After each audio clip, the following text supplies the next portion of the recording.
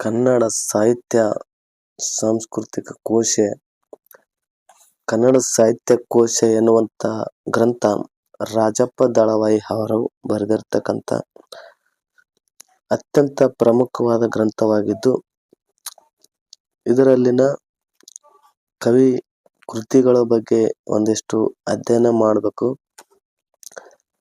ಅದು ಎಲ್ಲರಿಗೂ ಬಹಳ ಪ್ರಮುಖವಾಗಿರ್ತಕ್ಕಂಥದ್ದನ್ನು ನಾನು ಇಲ್ಲಿ ಹೇಳುತ್ತೇನೆ. ನೀವೆಲ್ಲರೂ ಸಹಕರಿಸಿ ಕೇಳಬೇಕಾಗಿ ವಿನಂತಿಸಿಕೊಳ್ಳುತ್ತೇವೆ. ಈಗ ಮೊದಲಿಗೆ ನೋಡೋಣ. ಎಂ ವೆಂಕಟಕೃಷ್ಣಯ್ಯ. ಎಂ ವೆಂಕಟಕೃಷ್ಣಯ್ಯ ಅವರು ಮೈಸೂರು ತಾತಯ್ಯ ಎಂದು ಜನಪ್ರಿಯರಾಗಿರ್ತಕ್ಕಂಥವ್ರು. ಇವರ ಪ್ರಮುಖ ಕೃತಿಗಳೆಂದರೆ ಚೋರಗ್ರಹಣ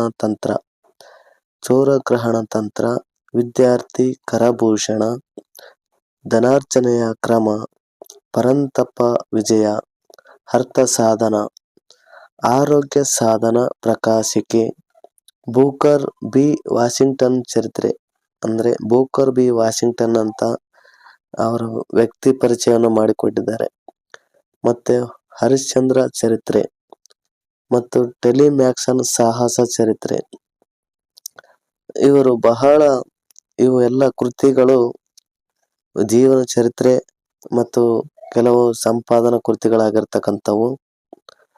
ಯಾವಂದ್ರೆ ಇದೆ ಈಗ ನೋಡಿದ್ವಲ್ಲ, ಟೆಲಿಮ್ಯಾಕ್ಸನ ಸಾಹಸ ಚರಿತ್ರೆ ಅನ್ನೋದು ವ್ಯಕ್ತಿ ಚರಿತ್ರೆ, ಅಂದ್ರೆ ಅವನ ಜೀವನ ಚರಿತ್ರೆ ವಿವರಿಸಿರ್ತಕ್ಕಂಥದ್ದು.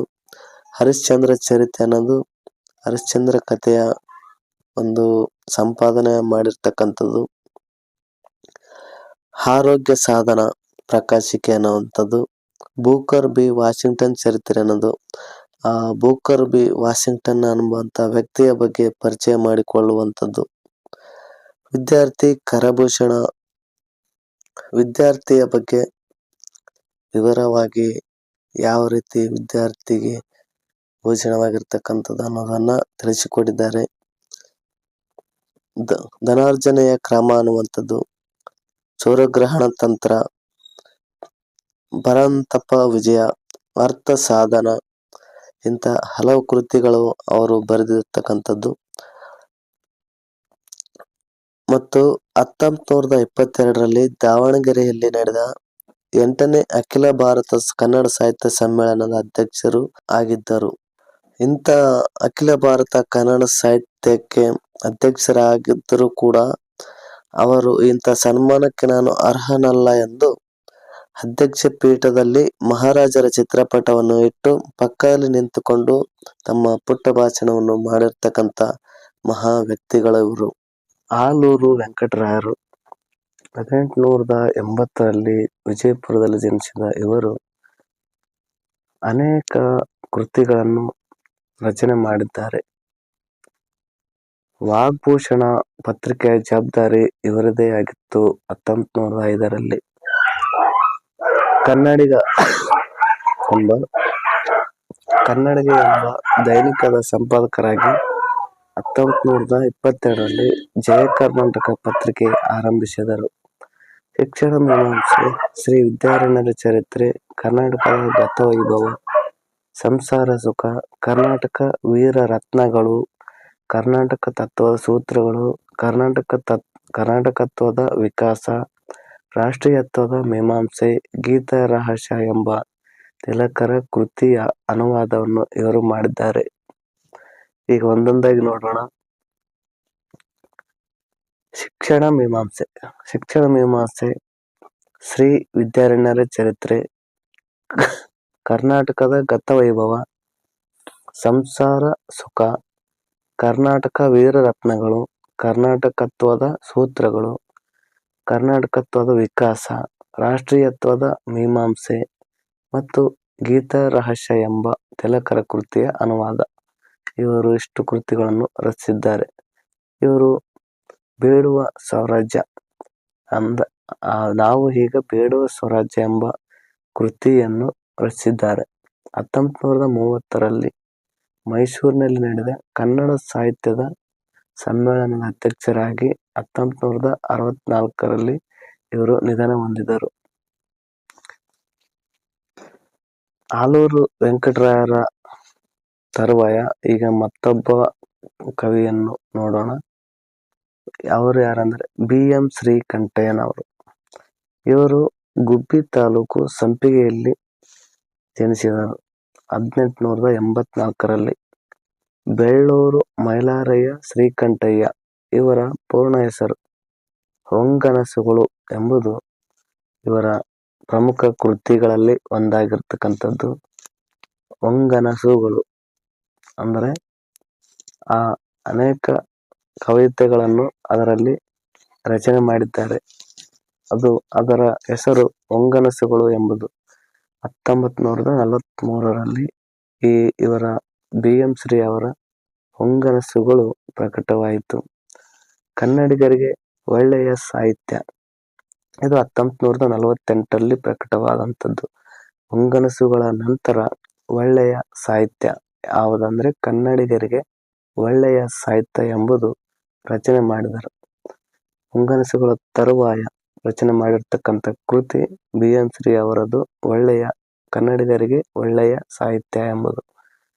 ಅದರ ನಂತರ ಶ್ರೀ ಸಾಹಿತ್ಯ ಎಂಬುದು ಕನ್ನಡಿಗರಿಗೆ ಒಳ್ಳೆಯ ಸಾಹಿತ್ಯದ ನಂತರ ಅಂದರೆ 1948ರಲ್ಲಿ ಕನ್ನಡಿಗರಿಗೆ ಒಳ್ಳೆಯ ಸಾಹಿತ್ಯ ಎಂಬುದು ಪ್ರಕಟವಾದರೆ, ಶ್ರೀ ಸಾಹಿತ್ಯ ಎಂಬುದು 1983ರಲ್ಲಿ BM ಶ್ರೀ ಅವರಿಂದ ಪ್ರಕಟವಾಯಿತು.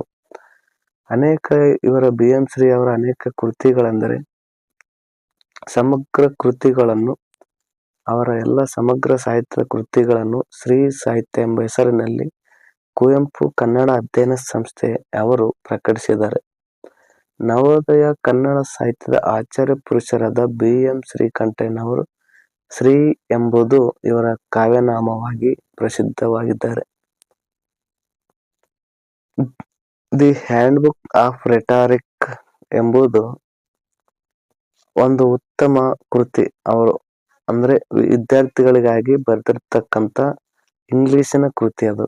ದಿ ಹ್ಯಾಂಡ್ಬುಕ್ ಆಫ್ ರೆಟಾರಿಕ್ ಎಂಬುದು ಧಾರವಾಡದಲ್ಲಿ ಅವರು 1911ರಲ್ಲಿ ನೀಡಿದ 1911ರಲ್ಲಿ ಕನ್ನಡದ ಮಾತು ತಲೆ ಎತ್ತುವ ಬಗೆ ಎನ್ನುವ ಒಂದು ಉಪನ್ಯಾಸವನ್ನು ನೀಡಿದರು. ಕನ್ನಡ ನಾಡು ನುಡಿಯ ಬೆಳವಣಿಗೆಯ ಬಗ್ಗೆ ಅವರ ಉಪನ್ಯಾಸವು ಕಾರಣವಾಯಿತು ಎಂಬುದು. ಅದೇ ರೀತಿ ಗದಾಯುದ್ಧ ನಾಟಕಂ ಎಂಬುದು ರನ್ನನ ಒಂದು ಕಾವ್ಯ. ಗದಾಯುದ್ಧ ಕಾವ್ಯದ ರೂಪಾಂತರವನ್ನು ಇವರು ಮಾಡಿದ್ದಾರೆ. BM ಶ್ರೀ ಅವರು ಕನ್ನಡ ಗದಾಯುದ್ಧ ಕನ್ನಡದ ನಾಡು ನುಡಿಯ ಬಗ್ಗೆ ಉಪನ್ಯಾಸ ನೀಡಿದ ನಂತರ ಗದಾಯುದ್ಧ ನಾಟಕಂ ಎಂಬುದು ರನ್ನನ ಕಾವ್ಯದ ರೂಪಾಂತರವನ್ನು ಮಾಡಿದರು. ನಂತರ ಇವರು ಇಂಗ್ಲಿಷ್ ಗೀತೆಗಳು ಎಂಬುದು ಕವನ ಸಂಕಲನ ಅನುವಾದ ಕೃತಿಯಾಗಿರ್ತಕ್ಕಂಥದ್ದು. ಅದರಲ್ಲಿ 3 ಸ್ವತಂತ್ರವಾದ ಕೃತಿಗಳಿದ್ದರೆ ಉಳಿದ ಎಲ್ಲವೂ ಅನುವಾದ ಕೃತಿಗಳಾಗಿದ್ದಾವೆ. ಇಂಗ್ಲಿಷ್ ಗೀತೆಗಳು ಪ್ರಕಟವಾದದ್ದು 1921ರಲ್ಲಿ. ಇಂಗ್ಲಿಷ್ ಗೀತೆಗಳು ಪ್ರಕಟವಾಯಿತು. ಆವಾಗ ಆ ಕೃತಿಯಲ್ಲಿ ಕೇವಲ 12 ಕವನಗಳನ್ನು ಮಾತ್ರ ಒಳಗೊಂಡಿತ್ತು. ಈಗ ಅದರಲ್ಲಿ 63 ಗೀತೆಗಳು ಇದ್ದಾವೆ. ಏಜಾಕ್ಸ್ ಯಾರದಂದರೆ ಸೋಫೋಕ್ಲಿಸನ ಏಜಾಕ್ಸ್ ಎಂಬಂಥದ್ದು ನಾಟಕವನ್ನು ಆಧರಿಸಿ ಅಶ್ವತ್ಥಾಮನೆಂಬ ರುದ್ರ ನಾಟಕವನ್ನು ರಚಿಸಿದವರು BM ಶ್ರೀಕಂಠಯ್ಯನವರು. ರನ್ನನ ಗದಾಯುದ್ಧ ನಾಟಕವನ್ನು ಆಧರಿಸಿ ರೂಪಾಂತರ ಮಾಡಿ ಗದಾಯುದ್ಧ ನಾಟಕಂ ಎಂಬಂಥದ್ದು ರೂಪಾಂತರ ಮಾಡಿದ ನಂತರ ಸೋಫೋಕ್ಲಿಸನ ಏಜಾಕ್ಸ್ ನಾಟಕ ಆಧಾರದಿಂದ ಅಶ್ವತ್ಥಾಮನ್ ಎಂಬ ರುದ್ರ ನಾಟಕವನ್ನು ರಚಿಸಿದರು. ಅಶ್ವತ್ಥಾಮನ್ ಎಂಬ ರುದ್ರ ನಾಟಕವನ್ನು BM ಶ್ರೀ ಅವರು ರಚಿಸಿದ ನಂತರ ಪಾರಸಿಕರು ಎಂಬುದು ಈಸ್ಕಿಲಸನ ಪಾರಸಿಕರು ಎಂಬ ಹೆಸರಿನಲ್ಲಿ ಈಸ್ಕಿಲಸನದು ಅದೇ ಪಾರಸಿಕರು ಇಸ್ಲಾಂ ಸಂಸ್ಕೃತಿ ಎಂಬಂಥದ್ದು ಅನುವಾದ ಮಾಡಿದವರು. ಈಸ್ಕಿಲಸನ ಪಾರಸಿಕರು ಎಂಬಂಥ ಕೃತಿಯನ್ನು ಇವರು ಪಾರಸಿಕರು ಎಂಬುದೇ ಅನುವಾದಿಸಿದರು. ಅನುವಾದ ಅಂದರೆ ಅದು ಭಾಷಾಂತರವಾಗಿರ್ತಕ್ಕಂಥದ್ದು. ಭಾಷಾಂತರ ಈಸ್ಕ್ಲಿಸನ ಪಾರಸಿಕರು ಎಂಬಂಥದ್ದು ಕನ್ನಡಕ್ಕೆ ಭಾಷಾಂತರಿಸಿದರು. ಅದೇ ರೀತಿ ಇಸ್ಲಾಂ ಸಂಸ್ಕೃತಿ ಎಂಬಂಥದ್ದು ಒಂದು ಅನುವಾದ ಮಾಡಿದವರು. ಸ್ತ್ರೀ ಅವರು ಕನ್ನಡ ನಾಡು ನುಡಿಗಳ ಪುನರುಜ್ಜೀವನಕ್ಕೆ ಸಲ್ಲಿಸಿರುವ ಕಾಣಿಕೆ ಅಪಾರವಾಗಿರ್ತಕ್ಕಂಥದ್ದು. ಇಂಗ್ಲಿಷ್ ಗೀತೆಗಳಲ್ಲಿ 3 ಸ್ವತಂತ್ರ ಕವನಗಳನ್ನು ಒಳಗೊಂಡಿದ್ದು, ಉಳಿದ ಎಲ್ಲ ಕವನಗಳು ಅನುವಾದ ಕವನಗಳಾಗಿರ್ತಕ್ಕಂಥದ್ದು ಇವರ ಇಂಗ್ಲಿಷ್ ಗೀತೆಗಳಲ್ಲಿ. ಕನ್ನಡ ಸಾಹಿತ್ಯ ಪರಿಷತ್ತಿನ ಮೈಸೂರು ವಿಶ್ವವಿದ್ಯಾಲಯದಲ್ಲಿ ಕನ್ನಡ ನಾಡಿನ ಚರಿತ್ರೆ, ಕನ್ನಡ ಕೈಪಿಡಿ, ಕಾವ್ಯ ಸಂಗ್ರಹಗಳು ಈ ರೀತಿಯ ಗ್ರಂಥಗಳನ್ನು ಪ್ರಕಟಿಸುವ ಮೂಲಕ ಕನ್ನಡ ವಿದ್ವತ್ತಿಗೆ ತಳಹದಿ ಹಾಕಿದರು. ಈ ಇಂಗ್ಲಿಷ್ ಗೀತೆಗಳು ಎಂಬುವಂಥ ಕವನ ಸಂಕಲನ ಅನುವಾದ ಕೃತಿ 1921ರಲ್ಲಿ 12 ಗೀತೆಗಳನ್ನು ಒಳಗೊಂಡ ಕೃತಿ ಪ್ರಕಟವಾಯಿತು. 24 ಕವನಗಳನ್ನು ಒಳಗೊಂಡ ಸಂಕಲನ 1924ರಲ್ಲಿ ಪ್ರಕಟವಾಗಿ ಕೊನೆಗೆ 1926ರಲ್ಲಿ 63 ಕವನಗಳನ್ನು ಒಳಗೊಂಡ ಇಂಗ್ಲಿಷ್ ಗೀತೆಗಳ ಕೃತಿ ಪ್ರಕಟವಾಯಿತು. ಇದರಲ್ಲಿ 60 ಕೃತಿಗಳು ಅನುವಾದ, 60 ಕವಿತೆಗಳು ಅನುವಾದ ಇದ್ದರೆ 3 ಕವನಗಳು ಸ್ವತಂತ್ರವಾಗಿರ್ತಕ್ಕಂಥವು. ಕನ್ನಡದ ಬಾವುಟ ಇಂಗ್ಲಿಷ್ ಗೀತೆಗಳ ತರುವಾಯ ಕನ್ನಡದ ಬಾವುಟ ಸಂಪಾದಿತ ಕೃತಿ 1938ರಲ್ಲಿ ಕನ್ನಡದ ಬಾವುಟ ಎಂಬಂಥ ಕೃತಿ ಪ್ರಕಟಿಸಿದರು. ಕನ್ನಡಿಗರಿಗೆ ಒಳ್ಳೆಯ ಸಾಹಿತ್ಯ, ಕನ್ನಡ ತಾಯಿಯ ನೋಟ, ಶ್ರೀಕೃಷ್ಣ ರಜತ ಮಹೋತ್ಸವ ಪ್ರಗಾತ. ಒಳ್ಳೆಯ ಸಾಹಿತ್ಯ, ಕನ್ನಡಿಗರಿಗೆ ಒಳ್ಳೆಯ ಸಾಹಿತ್ಯ, ಕನ್ನಡ ತಾಯಿಯ ನೋಟ. ಕನ್ನಡ ತಾಯಿಯ ನೋಟ ಎಂಬಂಥದ್ದು ಬಹಳ ಶ್ರೇಷ್ಠವಾಗಿರ್ತಕ್ಕಂಥದ್ದು. ಶ್ರೀಕೃಷ್ಣ ರಜತ ಮಹೋತ್ಸವ ಪ್ರಗಾತವಾಗಿರ್ತಕ್ಕ ಇಂಗ್ಲಿಷ್ನಲ್ಲಿ ಓಡ್ ಎನ್ನುವ ಪದಕ್ಕೆ ಸಮಾನವಾಗಿರ್ತಕ್ಕಂಥದ್ದು ಪ್ರಗಾತ. ಇಂತಹ ಪ್ರಗಾತವನ್ನು ರಚಿಸಿದ BM ಶ್ರೀ ಅವರು ಶ್ರೀಕೃಷ್ಣ ರಜತ ಮಹೋತ್ಸವ ಎಂಬಂಥ ಪ್ರಗಾತವನ್ನು ರಚಿಸಿದ್ದಾರೆ. ಶುಕ್ರಗೀತೆ ಎಂಬಂಥದ್ದು ಕವಿತೆಗಳ ಸಂಕಲನ. ಶುಕ್ರಗೀತೆ ಎಂಬಂಥದ್ದು ಕವಿತೆಗಳ ಒಂದು ಸಂಕಲನವನ್ನು ರಚನೆ ಮಾಡಿದರು. ಕನ್ನಡ ಛಂದಸ್ಸಿನ ಚರಿತ್ರೆ. ಇವರ ಸೇವೆಗೆ ಕನ್ನಡ ಜನತೆ ಹಲವು ರೀತಿಯಲ್ಲಿ ಗೌರವಿಸಿದೆ. 1928ರಲ್ಲಿ ಗುಲ್ಬರ್ಗದಲ್ಲಿ ನಡೆದ 14ನೇ ಕನ್ನಡ ಸಾಹಿತ್ಯ ಸಮ್ಮೇಳನಕ್ಕೆ ಅಧ್ಯಕ್ಷರನ್ನಾಗಿ ಇವರನ್ನು ಆರಿಸಿತು. ಆಗಿನ ಮೈಸೂರು ರಾಜರು ಇವರಿಗೆ BM ಶ್ರೀ ಅವರಿಗೆ ರಾಜ ಸೇವಾಸಕ್ತ ಎಂಬ ಬಿರುದು ನೀಡಿ ಸನ್ಮಾನಿಸಿದರು. 1941ರಲ್ಲಿ ಇವರ ಶಿಷ್ಯರು ಹಾಗೂ ಮಿತ್ರರು ಸಂಭಾವನೆ ಎಂಬ ಅಭಿನಂದನಾ ಗ್ರಂಥವನ್ನು ಅರ್ಪಿಸಿದರು. ಯಾವಾಗೆಂದರೆ 1941ರಲ್ಲಿ ಸಂಭಾವನೆ ಎಂಬ ಅಭಿನಂದನಾ ಗ್ರಂಥವನ್ನು BM ಶ್ರೀ ಕಂಠಯ್ಯನವರಿಗೆ ಅರ್ಪಿಸಿದರು. ಇದು ಕನ್ನಡದ ಮೊದಲ ಅಭಿನಂದನಾ ಗ್ರಂಥ ಎಂದು ಇದು ಪಾತ್ರವಾಗಿರ್ತಕ್ಕಂಥದ್ದು. ಕನ್ನಡದ ಮೊದಲ ಅಭಿನಂದನಾ ಗ್ರಂಥಕ್ಕೆ ಪಾತ್ರವಾಗಿರ್ತಕ್ಕಂಥದ್ದು ಸಂಭಾವನೆ ಎಂಬಂಥ BM ಶ್ರೀ ಕಂಠಯ್ಯನವರಿಗೆ ಅರ್ಪಿತವಾದ ಅಭಿನಂದನಾ ಗ್ರಂಥವಾಗಿದೆ. ಇವರು 1946 ಜನವರಿ 5ರಂದು ಧಾರವಾಡದಲ್ಲಿ ನಿಧನರಾದರು. BM ಶ್ರೀ ಅವರ ತರುವಾಯ ಗೋವಿಂದ ಪೈ ಅವರ ಬಗ್ಗೆ ನೋಡೋಣ. 1883ರಲ್ಲಿ ಮಂಗಳೂರಿನಲ್ಲಿ ಜನಿಸಿದಂಥ ಇವರು ಪ್ರಸಿದ್ಧ ರಾಷ್ಟ್ರಕವಿ ಪ್ರಶಸ್ತಿಗೆ ಭಾಜನರಾಗಿರ್ತಕ್ಕಂಥದ್ದು. ಮದ್ರಾಸ್ ಸರ್ಕಾರದಿಂದ ರಾಷ್ಟ್ರಕವಿ ಎಂಬ ಪ್ರಶಸ್ತಿಯನ್ನು ಪಡೆದಿರ್ತಕ್ಕಂಥವರಲ್ಲಿ ಮೊದಲಿಗರಾಗಿ ಗೋವಿಂದ ಪೈ ಅವರು ಮಂಜೇಶ್ವರ ಗೋವಿಂದ ಪೈ ಎಂದು ಗೋವಿಂದ ಪೈ ಅವರು 1962ರಲ್ಲಿ ಪ್ರಕಟಗೊಂಡ ಮಂಜೇಶ್ವರ ದೇವಸ್ಥಾನ ಕುರಿತ ಲೇಖನ ಅವರ ಕೊನೆಯ ಬರವಣಿಗೆಯಾಗಿರ್ತಕ್ಕಂಥದ್ದು. ಮೊದಲ ಲೇಖನ ಎಂದರೆ ಸುವಾಸಿನಿ ಎಂಬ ಪತ್ರಿಕೆಯಲ್ಲಿ 1900ರಲ್ಲಿ ಪ್ರಕಟವಾಯಿತು. 1962ರಲ್ಲಿ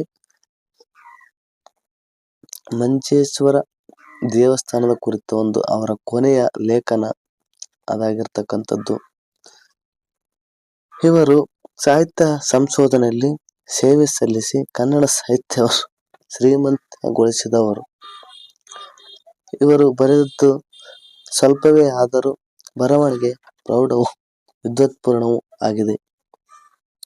ಪೈ ಅವರು ಪ್ರಾಸವನ್ನು ಬಿಟ್ಟು ಹೊಸಗನ್ನಡದ ಪದ್ಯ ರಚನೆಗೆ ಹೊಸ ಹಾದಿಯನ್ನು ಹಾಕಿಕೊಟ್ಟವರಾಗಿದ್ದಾರೆ.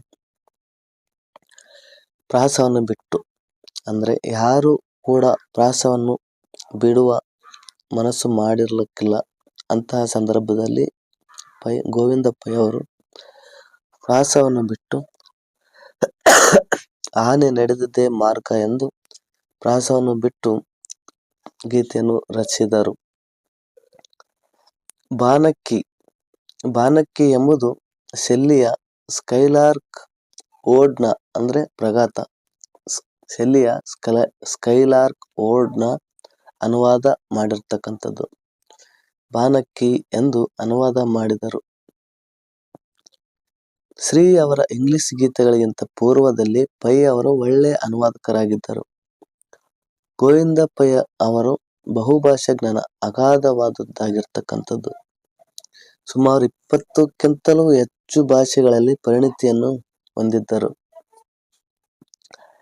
ಏಕಲವ್ಯನನ್ನು ಕುರಿತು ಇವರು ಪದ್ಯಾತ್ಮಕವಾದಂಥದ್ದು ಏಕಾಂತ ನಾಟಕ ಹೆಬ್ಬೆರಳು ಎಂಬಂತ ಏಕಾಂತ ನಾಟಕ ಏಕಲವ್ಯನನ್ನು ಕುರಿತು ಬರೆದರು. 1942ರ ಚಳವಳಿಯನ್ನು ಆಧರಿಸಿದ ಚಿತ್ರಭಾನು ಎಂಬಂಥದ್ದು ಗದ್ಯ ನಾಟಕ ಇವರು ಬರೆದಿರ್ತಕ್ಕಂಥದ್ದು. ಏಕಲವ್ಯನನ್ನು ಕುರಿತು ಹೆಬ್ಬೆರಳು ಎಂಬ ಏಕಾಂತ ನಾಟಕ ಬರೆದರೆ ಚಿತ್ರಭಾನು ಎಂಬಂತ ಗದ್ಯ ನಾಟಕ 42ರ ಚಳವಳಿಯನ್ನಾಧರಿಸಿದಂಥದ್ದು. ಮತ್ತು ತಾಯಿ ಎಂಬುದು ಇವರ ಸಾಮಾಜಿಕವಾಗಿರ್ತಕ್ಕಂಥ ಏಕಾಂಕ ನಾಟಕ. ತಾಯಿ ಎಂಬ ಏಕಾಂಕ ನಾಟಕ ಅಂದ್ರೆ ಅದು ತಾಯಿ ಇವರದು ಗೋವಿಂದ ಪೈ ಅವರದು. ಇವರು ರಚಿಸಿದ ಸಣ್ಣ ದೊಡ್ಡ ಕವನಗಳ ಒಟ್ಟು ಸಂಖ್ಯೆ ಸುಮಾರು 180 ಆಗಿರ್ತಕ್ಕಂಥದ್ದು. ಇವರ ಗಿಳಿವಿಂಡು ನಂದಾದೀಪ ಎಂಬಂಥವು 2 ಕವನ ಸಂಕಲನಗಳು ಯಾವಂದರೆ ನಂದಾದೀಪ, ಗಿಳಿವಿಂಡು ಮೊದಲು ರಚಿಸಿ ನಂತರ ನಂದಾದೀಪ ಎಂಬಂಥ ಕವನ ಸಂಕಲನಗಳು 2 ಕವನ ಸಂಕಲನಗಳನ್ನು ಗೋವಿಂದ ಪೈ ಅವರು ರಚಿಸಿದರು. ಅದೇ ರೀತಿಯಾಗಿ ಯೇಸುವಿನ ಅಂತ್ಯವನ್ನು ಚಿತ್ರಿಸುವಂಥದ್ದು ಗೋಲ್ಗೊಥಾ ಎಂಬಂಥದ್ದು ನೀಳ್ಗವನಗಳು ಯಾವೆಂದರೆ ಯೇಸುವಿನ ಅಂತ್ಯವನ್ನು ಚಿತ್ರಿಸುವ ಗೋಲ್ಗೊಥಾ ಮತ್ತು ಬುದ್ಧನ ಕಡೆಯ ದಿನಗಳನ್ನು ಚಿತ್ರಿಸುವ ವೈಶಾಖಿ ಎಂಬ 2 ನೀಳ್ಗವನ. ಗೋಲ್ಗೊಥಾ ಮತ್ತು ವೈಶಾಖಿ ಎಂಬ 2 ನೀಳ್ಗವನಗಳನ್ನು ಪೈ ಅವರು ರಚಿಸಿದ್ದಾರೆ. ಅವರು ಅಚ್ಚ ಕನ್ನಡ ಪದ ಪ್ರಯೋಗ, ಹೊಸ ಪದ ಸೃಷ್ಟಿ, ಅವರ ಭಾಷೆಯಲ್ಲಿನ ಪ್ರಾದೇಶಿಕತೆ ಅವರು ಸಾಹಿತ್ಯದಲ್ಲಿ ಗಮನಾರ್ಹವಾದಂಥದ್ದು. ಪೈ ಅವರು ಹಿಂದಿನ ಕವಿಗಳ ಜೀವನ, ಕಾಲ, ಸ್ಥಳಾದಿಗಳನ್ನು ಕುರಿತು ಅನೇಕ ಚರ್ಚಿಸಿದ್ದಾರೆ. ಇವರು ಕಾವ್ಯಗಳೆಂದರೆ ಉದ್ಘೋಷ, ವಿಟ್ಟಂಕ ಇವು ಮತ್ತು ಇತರೆ. ಕನ್ನಡದ ಮೊರೆ 3 ಉಪನ್ಯಾಸಗಳು, ಶ್ರೀಕೃಷ್ಣ ಚರಿತ್ರ ಅಂದ್ರೆ ಅದು ಗದ್ಯಾನುವಾದ, ನೋ ಅಂದ್ರೆ ಅದು ಒಂದು ಇಂಗ್ಲಿಷಿನ ನಾಟಕವಾಗಿರ್ತಕ್ಕಂಥದ್ದು, ಅದನ್ನು ಅನುವಾದ ಮಾಡಿದರು. ಪಾರ್ಶ್ವನಾಥ ತೀರ್ಥಂಕರ ಚರಿತೆ, ಬಾಹುಬಲಿ ಗೊಮ್ಮಟೇಶ್ವರ ಚರಿತೆ, ಭಗವಾನ್ ಬುದ್ಧ ಇಂಥವು ಅನೇಕ ಚರಿತ್ರೆಗಳನ್ನು ರಚಿಸಿದ್ದರು. ಇವರಿಗೆ ಮದ್ರಾಸ್ ಸರ್ಕಾರ ರಾಷ್ಟ್ರಕವಿ ಪ್ರಶಸ್ತಿಯನ್ನು 1949ರಲ್ಲಿ ನೀಡಿ ಗೌರವಿಸಿರ್ತಕ್ಕಂಥದ್ದು ನೋಡಬಹುದು. 1950ರಲ್ಲಿ ಮುಂಬಯಿಯಲ್ಲಿ ನಡೆದ 34ನೇ ಸಾಹಿತ್ಯ ಸಮ್ಮೇಳನಕ್ಕೆ ಅಧ್ಯಕ್ಷರಾಗಿ 1950ರಲ್ಲಿ ಇವರು ಅಧ್ಯಕ್ಷರಾಗಿದ್ದರು. ಉತ್ಕಟ ಕನ್ನಡಾಭಿಮಾನಿಗಳಾಗಿರ್ತಕ್ಕಂಥ ಗೋವಿಂದ ಪೈ ತನು ಕನ್ನಡ, ಮನ ಕನ್ನಡ, ನುಡಿ ಕನ್ನಡ, ನಡೆ ಕನ್ನಡ ಎಂದು ಹಾಡಿದ ಇವರ ವ್ಯಕ್ತಿತ್ವ ಬಹಳ ಘನವಾದುದಾಗಿದೆ. ತನು ಕನ್ನಡ, ಮನ ಕನ್ನಡ, ನುಡಿ ಕನ್ನಡ, ನಡೆ ಕನ್ನಡ, ಈ ಥರ ಕನ್ನಡದ ಬಗ್ಗೆ ಬಹಳ ಅಭಿಮಾನವನ್ನು ಹೊಂದಿದ್ದರು. ಕೂಶಿ ಹರಿದಾಸ್ ಭಟ್ಟರು ಗೋವಿಂದ ಪೈ ಪ್ರತಿಷ್ಠಾನದ ವತಿಯಿಂದ ಸಂಪಾದಿಸಿ ಕನ್ನಡಕ್ಕೆ ಬಹು ಅಮೂಲ್ಯ ನಿಧಿಯನ್ನು ನೀಡಿದ್ದಾರೆ. ಯಾವುದಂದರೆ ಬೃಹತ್ ಸಂಪುಟ. ಇವರ ಗೋವಿಂದ ಪೈ ಅವರ ಸಮಗ್ರ ಸಾಹಿತ್ಯವನ್ನು ಒಳಗೊಂಡಂಥದ್ದು ಬೃಹತ್ ಸಂಪುಟವನ್ನು ಕೂಶಿ ಹರಿದಾಸ್ ಭಟ್ ಅವರು 1900 ಗೋವಿಂದ ಪೈ ಪ್ರತಿಷ್ಠಾನದ ವತಿಯಿಂದ ಸಂಪಾದಿಸಿ ಕನ್ನಡಕ್ಕೆ ಒಂದು ಅಮೂಲ್ಯ ನಿಧಿಯನ್ನು ನೀಡಿದ್ದಾರೆ ಎನ್ನಬಹುದು. ಪೈ ಅವರು 1963 ಸೆಪ್ಟೆಂಬರ್ 16ರಂದು ಮರಣ ಹೊಂದಿದರು. ಮಕ್ಕಳ ಸಾಹಿತ್ಯದ ಪಿತಾಮಹ ಎನಿಸಿಕೊಂಡ ಪಂಜೆ ಮಂಗೇಶರಾಯ 1874ರಲ್ಲಿ ಬಂಟ್ವಾಳದಲ್ಲಿ ಜನಿಸಿದರು. ಇವರು ಮಕ್ಕಳ ಸಾಹಿತ್ಯದ ಪಿತಾಮಹ ಎಂದು ಎನಿಸಿಕೊಂಡಿದ್ದಾರೆ. ಇವರು ಸಣ್ಣ ಕಥೆ, ಕಥನ ಕವನ, ಹರಟೆ ಮತ್ತು ಮುಂತಾದ ಕ್ಷೇತ್ರಗಳಲ್ಲಿ ಸಾಹಿತ್ಯ ಬೇಸಾಯ ಮಾಡಿರ್ತಕ್ಕಂಥವರು ಪಂಜೆ ಮಂಗೇಶರಾಯರು. ಇವರು ಕಾವ್ಯನಾಮ, ಕವಿ ಶಿಷ್ಯ, ರಾಮಪ್ಪಂ, ಹರಟೆ ಮಲ್ಲ ಎಂಬ 3 ಕಾವ್ಯನಾಮಗಳಿಂದ ಕಥೆ, ಕವನ, ಪ್ರಬಂಧಗಳನ್ನು ರಚನೆ ಮಾಡಿದ್ದಾರೆ. ಇವರ ತಂದೆ ರಾಮಪ್ಪಯ್ಯ, ತಾಯಿ ಸೀತಾಬಾಯಿ. ಇವರು ಕಾವ್ಯನಾಮವೆಂದರೆ ಕವಿ ಶಿಷ್ಯ, ರಾಮಪ್ಪಂ, ಹರಟೆ ಮಲ್ಲ ಈ 3 ಕಾವ್ಯನಾಮದಿಂದ ಕೃಷಿಯನ್ನು ಮಾಡಿದ್ದಾರೆ.